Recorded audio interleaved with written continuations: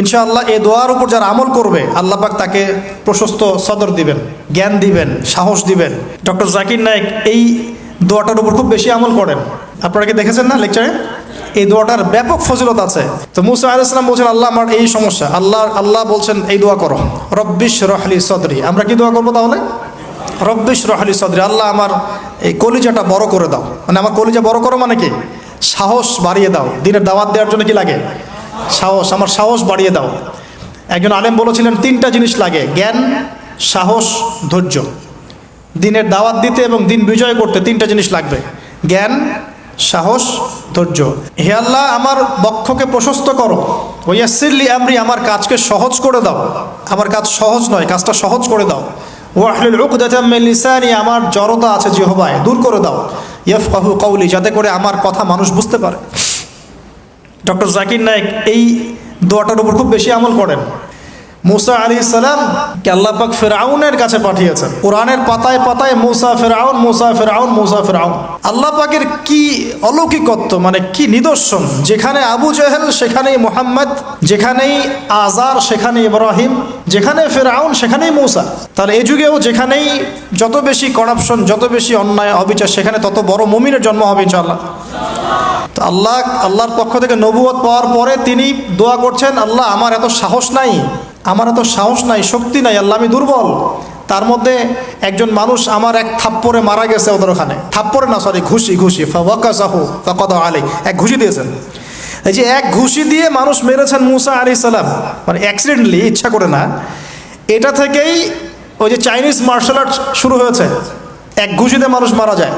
বিশ্বাস করছেন না? এই যে টেকনিক, এক ঘুষিতেও মানুষের মৃত্যু হতে পারে, এমন স্পট আছে মানুষের দেহে। এখান থেকে শিল্প গড়ে উঠেছে মার্শাল আর্টস। তো মুসা আলাইহিস সালাম বলছেন, আল্লাহ আমার এই সমস্যা, আল্লাহ বলছেন এই দোয়া করো, রব্বিশ রহলি সদরি। আমরা কি দোয়া করবো তাহলে?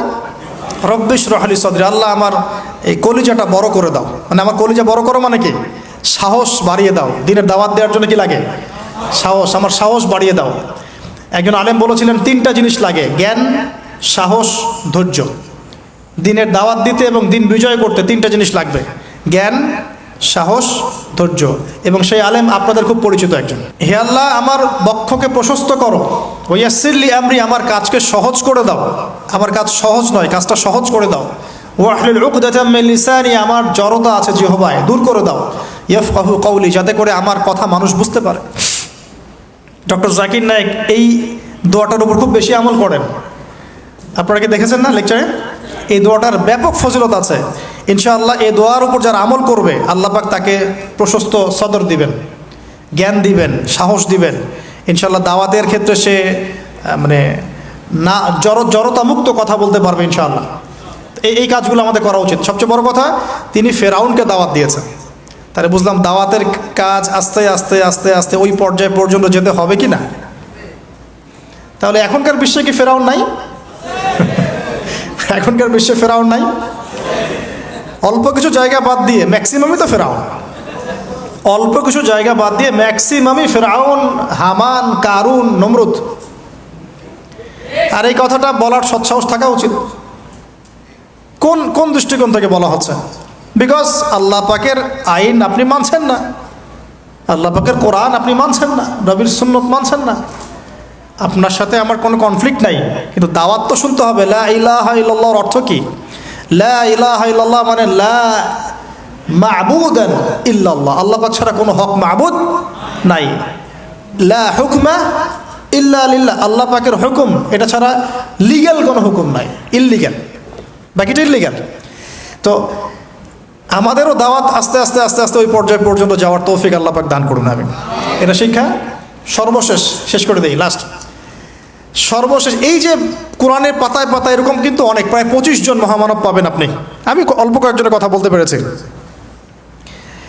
এই কথাগুলো কাকে বলা হচ্ছে, এই শিক্ষাগুলো কাকে দেয়া হচ্ছে, এই মেসেজগুলো আল্লাহ পাক কাকে দিচ্ছেন, কাদেরকে দিচ্ছেন?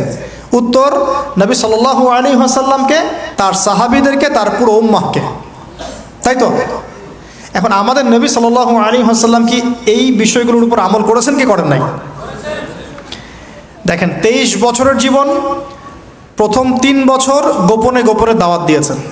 এই 3 বছর আবু বকর, ওসমান, আব্দুর রহমান বিন আউফ, সাইদ ইবনে হারেসা, বেলাল ইবনে রাবাহ, আব্দুল্লাহ বিন মাসউদ, তালহা বিন উবাইদুল্লাহ, এরকম সাহাবীরা তৈরি হয়েছেন। ওমর রাদিয়াল্লাহু আনহু সপ্তম অষ্টম নববী বছরের দিকে এসেছেন আর কি। যাই হোক, প্রথম 3 বছর তিনি গোপনে দাওয়াত দিয়েছেন, পরবর্তী বছরগুলোতে তিনি প্রকাশ্যে দাওয়াত দেওয়া শুরু করেছেন। যখনই প্রকাশ্যে দাওয়াত দিয়েছেন, সমাজের মানুষ তাকে নির্মমভাবে অত্যাচার করেছে। তাকে সারা জীবনে 15টা গালি খেতে হয়েছে, তাকে 16 বার হত্যা করার চেষ্টা করা হয়েছে। এক পর্যায়ে সাহাবীদেরকে নির্যাতন সহ্য করতে করতে আবিসিনিয়ায়, হাবাসায় হিজরত করতে হয়েছে।